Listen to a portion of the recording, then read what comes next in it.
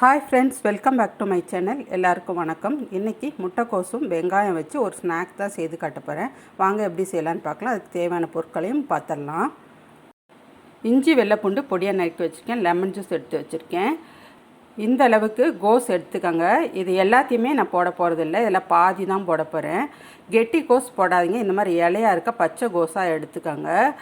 2 பல்லாரி வெங்காயம் இந்த அளவு எடுத்துக்கோங்க. அப்போ தான் ஈஸியாக ஸ்லேஸாக வரும் கட் பண்ணுறதுக்கு. இதை விட சின்ன சைஸ் இருந்தாலும் பரவாயில்ல. இதெல்லாம் கட் பண்ணி மாவெல்லாம் போட்டு பிசைஞ்சிட்டு ஃப்ரிட்ஜில் வச்சுட்டு சாயங்காலம் கூட நீங்கள் செய்து சாப்பிடலாம். ரொம்ப சூப்பராக சுவையாக இருக்கும். இந்த வெங்காயத்தையும் கோஸையும் நான் கத்தியில் தான் கட் பண்ண போகிறேன்.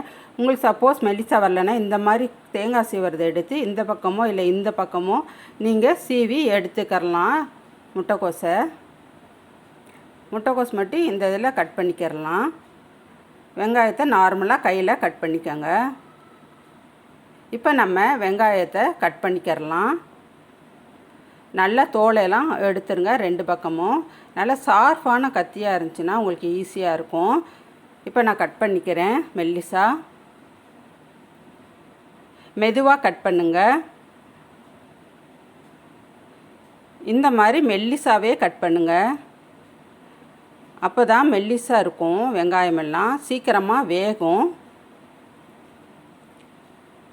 நல்லா கட் பண்ணிட்டேன் பாருங்கள். ஃபுல்லுமே நான் 2 வெங்காயம் கட் பண்ணியிருக்கேன். ரொம்ப ஈஸியான ரெசிபிங்க. முட்டைக்கோசும் இந்த வெங்காயம் இருந்தால் போதும். இப்போ எல்லாத்தையுமே உதுத்து விட்ருங்க. இந்த மாதிரி ஒட்டிகிட்டு இருக்கிறதெல்லாம் மெல்லிஸாக வர்ற மாதிரி கையிலேயே இந்த மாதிரி உதுத்து விட்டிங்கன்னா தனித்தனியாக வந்துடும் இந்த வெங்காயமெல்லாம். இப்போ நம்ம இந்த வெங்காயத்தை பவுலில் போட்டுடலாம். கொஞ்சம் அலசிட்டே போட்டுருங்க. நான் அலசி எடுத்திருக்கேன். வெங்காயத்தை நல்லா பிழிஞ்சிட்டு தண்ணி இல்லாமல் பிழிஞ்சிட்டு எடுத்திருக்கேன். இப்போ அடுத்ததாக கோஸ் நறுக்கிக்கலாம். கத்தியில் வச்சு இந்த மாதிரி மெல்லிசாக நறுக்கிக்கங்க. உங்களுக்கு கத்தியில் இந்த மாதிரி வராது மெல்லிசா அப்படின்னா நான் சொன்ன மாதிரி தேங்காய் சீவரில் அதில் சீவிருங்க. பாருங்கள், இந்த அளவு நான் முட்டைக்கோஸ் எடுத்திருக்கேன். இது போதும். பாருங்கள், தனித்தனியாக இருக்குது பாருங்கள்.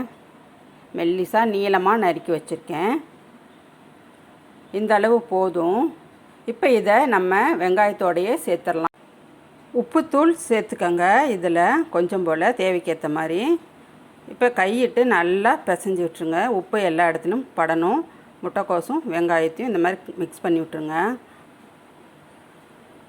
நல்லா கலந்தாச்சு.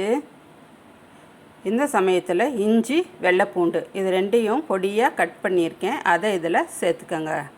கொத்தமல்லி இலையும் பொடியாக கட் பண்ணி இதோடு சேருங்க. அடுத்ததாக ஓமம் சேர்த்துக்கங்க. ஒரு 1/4 ஸ்பூன் அளவுக்கு. உங்களுக்கு ஓமம் ஃப்ளேவர் பிடிக்கல அப்படின்னா சோம்பை கூட நல்லா நசுக்கிட்டு சேர்த்துக்கரலாம் இதில். இப்போ அடுத்ததாக மிளகாத்தூள் 1 ஸ்பூன் அளவுக்கு சேர்த்துக்கங்க. உங்களுக்கு காரத்துக்கு தகுந்த மாதிரி சேர்த்துக்கரலாம். இது வீட்டில் அரைச்ச மிளகாத்தூள். இது கரம் மசாலா 1/4 ஸ்பூன் அளவுக்கு சேர்த்துக்கங்க வாசனைக்கு. அடுத்ததாக கடலை மாவு 1 கப் அளவுக்கு சேர்த்துக்கங்க. 1/4 கப் அளவுக்கு அரிசி மாவு சேர்த்துக்கலாம். மஞ்சத்தூள் 1/4 ஸ்பூன் அளவுக்கு. அவ்வளோதாங்க. இதை எல்லாத்தையும் மிக்ஸ் பண்ணிக்கிறலாம். வெங்காயம், கடலமாவு, அரிசி மாவு எல்லாம் இந்த வெங்காயம் முட்டைக்கோசு எல்லாத்தையும் ஒன்றா படுற மாதிரி மிக்ஸ் பண்ணி விட்டுருங்க. உங்களுக்கு தண்ணி தேவைப்பட்டால் இதில் கொஞ்சமாக தெளித்து பிசைஞ்சு எடுத்துக்கலாம். நம்மளுக்கு வீட்டில் திடீர்னு ஸ்நாக்ஸ் செய்யணும்னு தோணும்.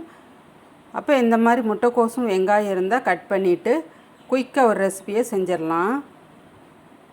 இது ரொம்ப டேஸ்ட்டாகவும் நல்லா கிறிஸ்பியாகவும் இருக்கும்.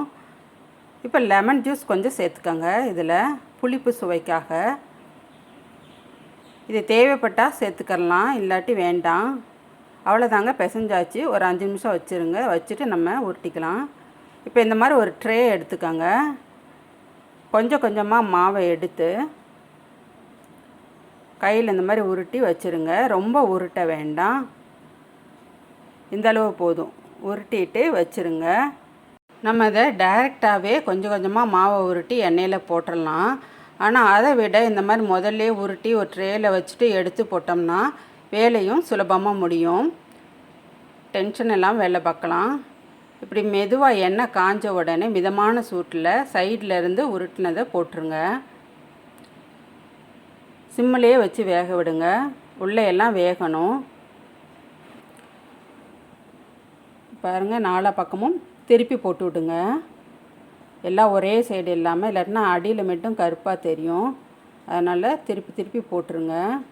சுவையான கேபேஜில் செய்த ஸ்நாக்ஸ் ரெடி ஆயிடுச்சுங்க. நீங்களும் செய்து பார்த்துட்டு எப்படி இருக்குன்னு கமெண்ட் பண்ணுங்கள். இந்த வீடியோ உங்களுக்கு பிடிச்சிருச்சுன்னா லைக் பண்ணுங்கள், ஷேர் பண்ணுங்கள், கமெண்ட் பண்ணுங்கள். தேங்க்யூ.